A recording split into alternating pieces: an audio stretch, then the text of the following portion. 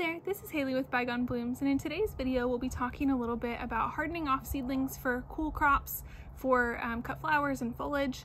I'll be planting some peony roots and talking a little bit about my garden and my plans for the south side of our house, and I'll also be doing some weeding and bed prep before I get those going.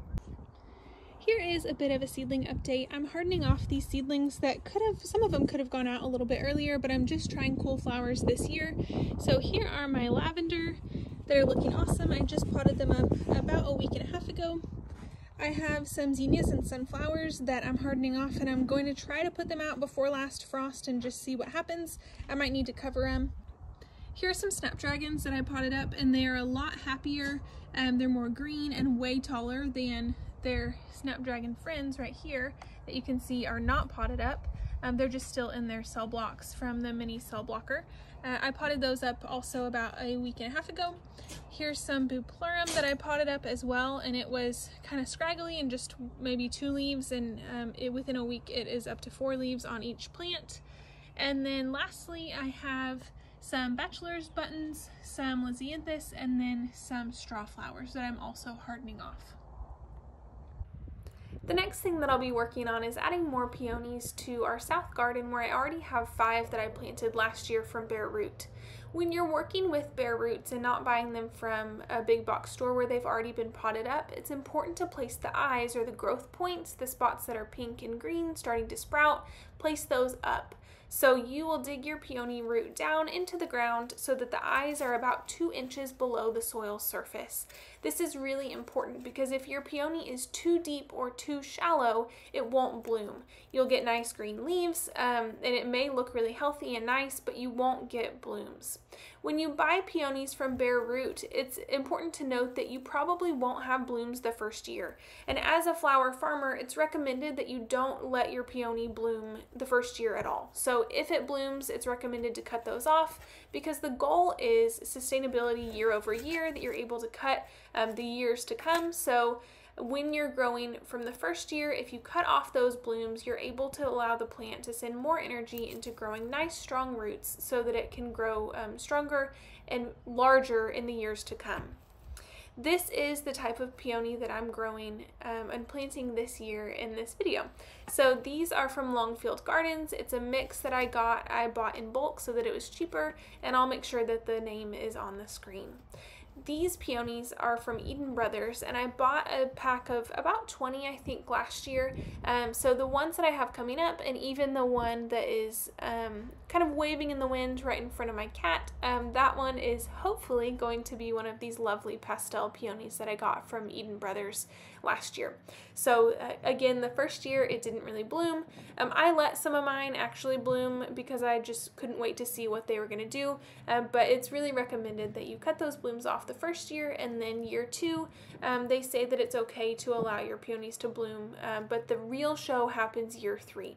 So when you're planting in a new garden like me, or maybe you're refurbishing a garden that really needs some work, especially when you're working from bare roots and seeds, it is slow going, but year 3 is really when the magic is supposed to happen. So I'm really excited for the coming seasons to see what happens in my garden.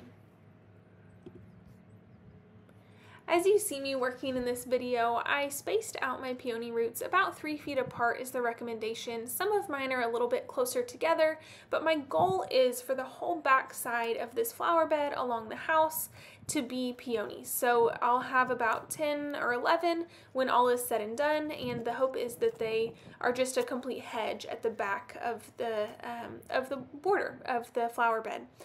In front of the peonies, my goal is to plant lavender, and I have some lavender hardening off that I showed in the beginning of the video.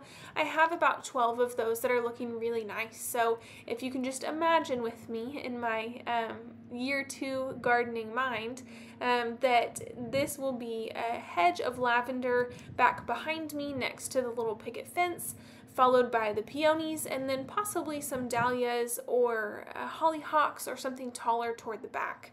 We'll see how it all shakes out and what I end up having seeds for, and what I have success growing, and maybe what's on sale at the big box stores, just kind of depending as the seasons go.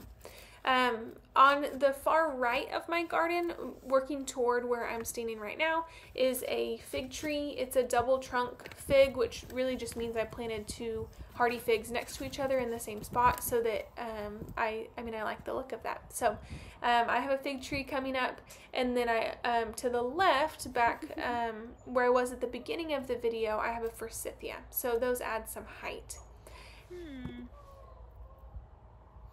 At this point in the video, I had dug in about 4 of my 6 peonies, and I thought I had a great opportunity to share with you about how we have giant rocks here in Northwest Arkansas and it's really hard to dig.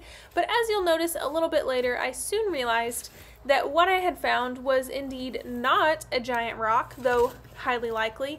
It was actually a present from my garden dog.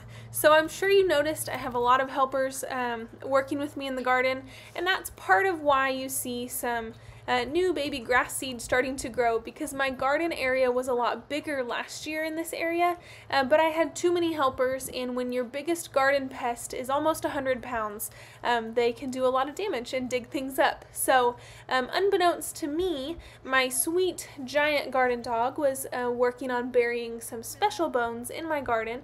No wonder she had dug some things up, and I unearthed one when I was planting my peony. So she and I must have the same idea about where things need to go in the garden, because I dug straight on top of her bone stash when planting my peony. But all turned out well, and she got a special treat that she'd been saving for herself.